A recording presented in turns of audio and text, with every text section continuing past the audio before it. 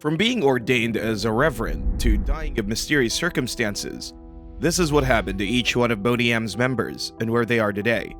Starting with Liz Mitchell, who remains one of the few original figures still actively carrying the Boney M legacy on stage.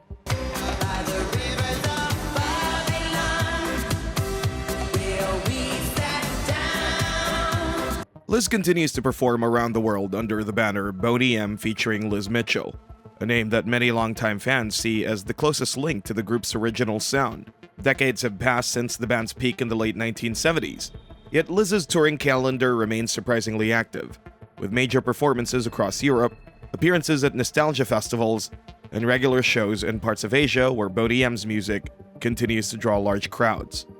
However, the appeal of these concerts goes beyond nostalgia because much of the audience comes specifically to hear the voice behind the songs that originally defined the group. So even after all these years, tracks like Daddy Cool, Rivers of Babylon, and Rasputin still circulate widely on streaming platforms in retro playlists, and even in viral online clips that introduce the music to younger listeners who were not there during Boney M's heyday. And as the band's catalog continues finding new audiences, Liz has been preparing for another round of performances scheduled through 2026, with several international tour dates already announced. These shows are expected to follow the familiar formula that has kept her act popular for decades, including live vocals, a rotating group of supporting performers, and a set list built almost entirely around the classic Boney M hits that fans still associate with her voice. Nevertheless, her approach to performing has always been and is still shaped by something deeper than just maintaining a touring career. For the longest time, Liz has long been open about her Christian faith and the role it played in sustaining her throughout her music career. Like during the height of Boney M's fame, when the disco era often leaned heavily into provocative imagery and suggestive stage routines, she occasionally pushed back against certain performances that she felt crossed personal boundaries. While she never rejected the group itself or the music they were making, she tried her best to maintain a level of dignity that aligned with her values. Or as she put it, "I never strayed from my faith. I held on to my values and morals. The photo shoots were not easy. I cried and refused to do anything that would shame my mother and father." Fortunately for her, those Christian principles never prevented her from continuing in music, and over time they became part of the way fans understood her personality. Liz has also been deeply involved in charitable work, and in 2004, she launched the Let It Be Foundation, named after her gospel album, which helps underprivileged children, especially of Afro-Caribbean heritage, connect with their roots through educational trips to Gambia. Speaking about the role of the foundation, Liz said, "We encourage the children to find more about their history, because many West Indian children have very little idea of their heritage, but they also have the chance to find out how they came to Britain and to celebrate their Britishness." The foundation also supports youth development and community empowerment, with Liz stating that one participant even went on to become a doctor. Today, she balances touring with a quieter family life, spending time with her now-grown children and grandchildren while maintaining the touring schedule that has allowed her to stay connected to audiences around the world. And if she's not touring, she remains active at the New Testament Church of God in Caversham, where she was ordained as a reverend in 2006 and continues to preach when invited, maintaining her commitment to faith and community service alongside her music career. However, Liz Mitchell was not the only voice that helped shape the Boney M sound, because standing beside her throughout many of the group's biggest moments was Marcia Barrett. While Liz was the lead singer, Marcia contributed harmony on many of the group's songs and shared the lead with Mitchell on some of the major hits, including Daddy Cool, Ma Baker, Rasputin, and Gotta Go Home. She also led a couple of tracks on each of the group's studio albums up to the Christmas album of 1981, including the title of the first album, Take the Heat Off Me, and Lovin' or Leavin', hits released as a Barrett solo single in 1977. On top of that, Marcia sang lead vocals on Belfast, a song she had performed live during her solo years. It later became the second single from the album Love for Sale, reaching #1 in Germany and top 10 across Europe. But while life was good in the group as they made hit after hit, things took a dark turn after the group split in 1986. Or as Marcia said in a radio interview in November 2001, "Life after Boney M. My dear, I've been through hell and back." Marcia was at the gym in her home in Florida when she felt a sharp pain on the right side of her lower abdomen. At first, she assumed it was a strained muscle from exercise, but when the discomfort kept returning, she decided to see a doctor. The first test revealed abnormal cells, but it wasn't until 1994 when she was finally diagnosed with ovarian cancer, something that forced her to step away from music for a while, following an operation to remove her ovaries and womb, and then undergo chemotherapy and radiotherapy.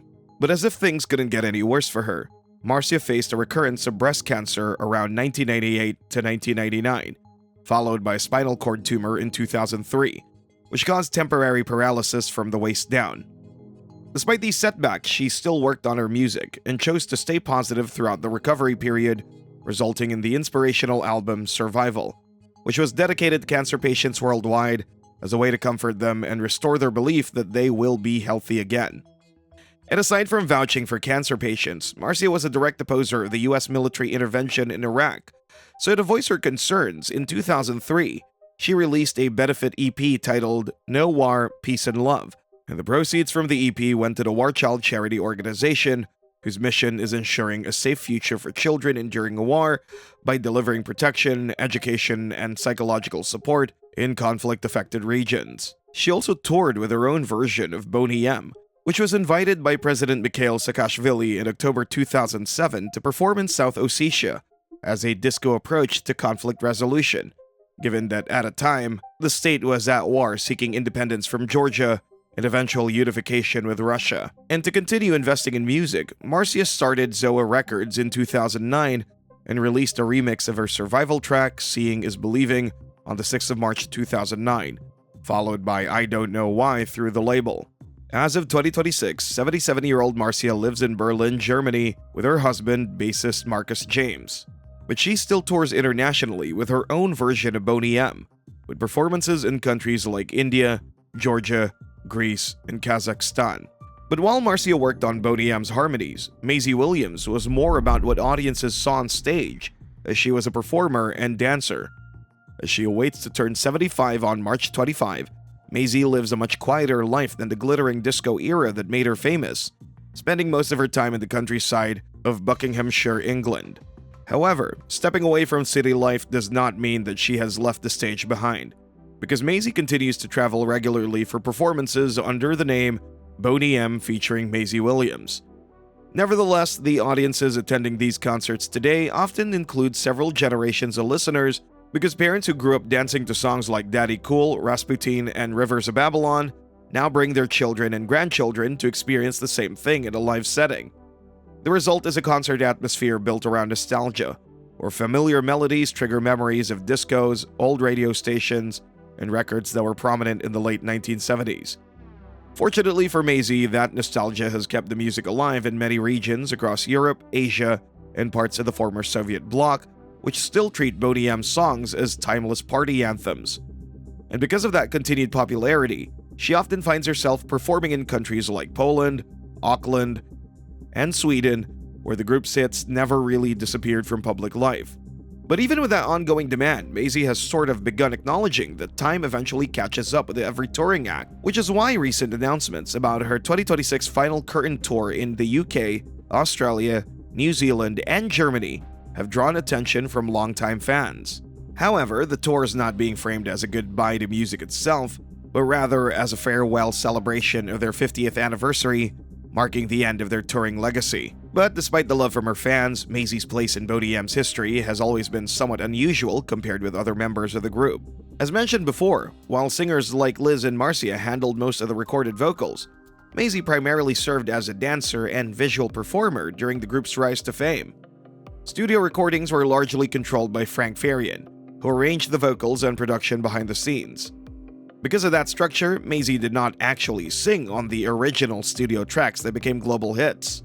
So when she performed some of Boney M's songs, under her own version of Boney M, some of the listeners have criticized her. Like when she performed the original Belfast song with her own version of the band, one commenter complained, "But you never sang for the group of Boney M during its days of outing." And another described the performance saying that it was so horrible. They even used the original version with Marcia's voice as a backing voice. Turns out, it's stated on Maisie's official site that it's no secret that although she sang in the studio, Williams' less dominant voice appears to have been mostly excluded from many of the recordings, with the exception of some backing vocals for reasons only the producer knew at the time. Like the group's Oceans of Fantasy hit lists only Frank, Liz, and Marcia in the track-by-track vocal credits. Although Maisie recorded a minor part for the group's That's Bananos, which was also broadcast in the 1981 TV special as A Sound Goes Around the World, in the final mix released on record, her part was eventually re-recorded by Liz. For this reason, Maisie filed a court case against Boney M's producer, Frank, and Sony BMG concerning her rights to perform under the name Boney M. In addition to that, Frank was promoting Liz's group as the authentic continuation of Boney M, excluding her from the exposure that the rest of the group was getting. To Maisie, performers who helped represent the group publicly also deserve greater recognition and financial compensation for her work. And although, quote, she had not sung on any of the band's recordings, on February 16, 2009, the court ruled in Maisie's favor, and Frank had to account to her for pay on all record sales and future sales. Fortunately, the outcome strengthened arguments that performers should not be treated as replaceable figures when their image and stage presence play a major role in a group's success. And while Maisie Williams carried much of the group's choreography and stage movement, another member of the group delivered the wild dancing, dramatic gestures, and larger-than-life personality. That person was Bobby Farrell, the energetic frontman whose dancing made him one of the most recognizable figures of the disco era. Now, after the original Boney M lineup finally split in 1986, Bobby did not step away from the spotlight. Instead, he continued performing the group's classic hits under the name Bobby Farrell's Boney M, touring across different parts of Europe and frequently performing in countries where the band's music remained extremely popular. However, because the band had millions of disco fans across the former Soviet Union, people from Russia continued welcoming him enthusiastically, along with other parts of Eastern Europe, where Boney M's songs had developed a strong following that lasted long after the disco years faded. Bobby traveled constantly during those decades, performing the familiar hits that audiences still wanted to hear, and his lively stage style remained the centerpiece of those shows. Bobby was one of the most lovable people on earth. Nevertheless, his career during those years extended beyond concerts alone because Bobby occasionally appeared in television commercials in the Netherlands, where he had lived for many years. And those appearances reminded viewers of the energetic performer who had once dominated disco stages across the world. Unfortunately, Bobby's personal finances told a more difficult story behind the scenes, because during the early years of Boney M's success, he had signed contracts that gave away large portions of the rights connected to the music, with many of those arrangements having been structured under producer Frank, who controlled the recordings and business side of the project. As a result, Bobby did not receive the kind of long-term income that people might expect from an artist connected to such globally successful songs. For this reason, at certain points in his life, he even relied on welfare support while continuing to perform. Or as Bobby's daughter put it, "My father lost everything. We had to move in with my grandmother in the Netherlands and live on welfare. After that, Dad started getting angry a lot." However, despite those setbacks, he remained committed to entertaining audiences, and his stage presence continued attracting fans who remembered him as the charismatic figure at the center of Boney M's performances. Unfortunately, Bobby's life came to a sudden end in the morning of December 30th, 2010, while he was on tour in St. Petersburg, Russia, due to heart failure in his hotel room, just hours after performing the night before. But the coincidence that quickly caught public attention was the fact that Bobby died in the same city and on the same date as Grigory Rasputin, whose story had been immortalized in Boney M's famous song, Rasputin. Yet even after his passing, Bobby's presence in pop culture has not disappeared completely, because his daughter, Zanilia Farrell, later pursued a music career as a rapper and occasionally speaks about her father's influence. Through her work and through the continued popularity of Boney M's songs, Bobby's legacy lives on as the unforgettable showman who helped give the group its unmistakable visual identity. However, while Bobby Farrell remained the charismatic face that audiences remembered from the stage, the real creative engine behind Boney M was working quietly in the studio. And that man was Frank Farian, the producer who designed the sound, controlled the recordings, and ultimately shaped the project from behind the curtain. Now, even decades after Boney M dominated radio stations during the disco era, Frank remained an active and respected figure within the music industry, continuing to produce, develop artists, and oversee projects that reflected the polished studio style that he had perfected during the 1970s. Nevertheless, his reputation had always been tied to the bold production ideas that made his group stand out, because Frank approached music less like a traditional band leader and more like a director building his own version of what music was to him. However, the origins of Boney M actually began with Frank experimenting alone in the studio during the mid-1970s when he recorded a track called Baby Do You Wanna Bump, singing many of the vocal parts himself and layering the sound until it carried the energetic groove he wanted. The song gained attention across Europe, but it created a practical problem because people expected a group to perform the music publicly since it was released under the pseudonym Boney M. Now, to solve that issue, Frank assembled performers who could represent the project on stage and television, bringing together singers like Liz and Marcia, dancer Maisie, and the dynamic frontman Bobby. Baby, do you wanna bump? While the group performed the hits, Frank achieved his biggest success in Europe as well as worldwide, with songs including Daddy Cool, Rivers of Babylon, Rasputin, Night Flight to Venus, and a remake of Mary's Boy Child. But as successful as it seemed for Frank, that system eventually sparked debate, because many listeners later discovered that the people seen performing in Boney M were not always the same voices heard on the records.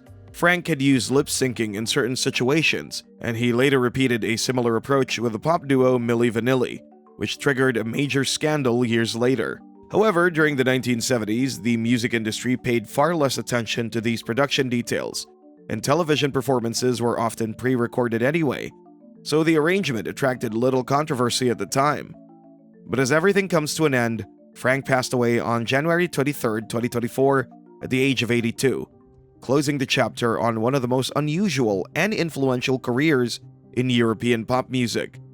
Now, looking back, Frank's influence reaches far beyond the debates that followed his projects because his production style helped define the refined, rhythm-driven sound of Euro disco, shaping a musical era whose songs still fill dance floors and playlists around the world decades later.